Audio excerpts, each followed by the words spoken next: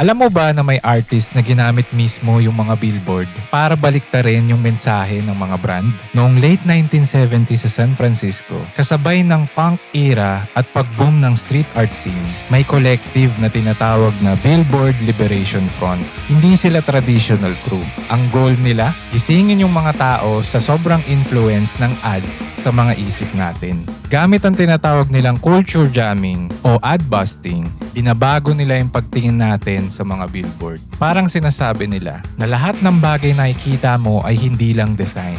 Meron din tong mensahe na gustong iparamdam. Art na ginagamit para tanungin ang system, hindi para sirain ito. Kaya maraming modern artists ngayon ang inspired sa style na to. Mix ng satire, humor, at real talk. So ano bang lesson natin dito? Ang art ay pwedeng maging mirror din ng society. At minsan, pwedeng samahan ng humor at sarcasm. Hindi lahat ng nakikita mo ay pwedeng paniwalaan agad. At awareness is the new rebellion. O siya, yan lang muna sa video natin for today. Gusto mo pa ng mga content about street art, graffiti, and art culture? Follow mo na yung page ko, Mindshift with Angelo. Siya nga pala, ako nga pala si Angelo. Thank you for watching and see you on the next video. Bye-bye!